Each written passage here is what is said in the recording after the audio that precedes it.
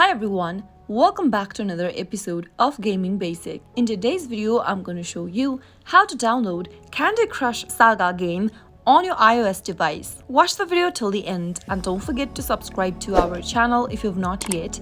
Press the notification bell so that you'll never miss another upcoming upload from us. Open up your App Store to begin. Also make sure that your device is connected to a stable internet, and once it is, in the search box type in Candy Crush Saga and press search. Once you find the application displayed in the search result at the very top, tap on the download button in order to download the application. Candy Crush Saga is a popular match 3 puzzle game developed by King. It is available on your Google Play Store or your App Store. You can simply get the application with a click of a button and install it on your mobile devices.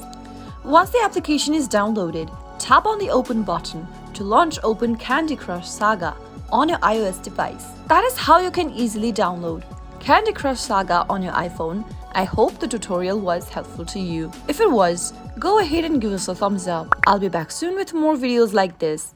Thanks for watching.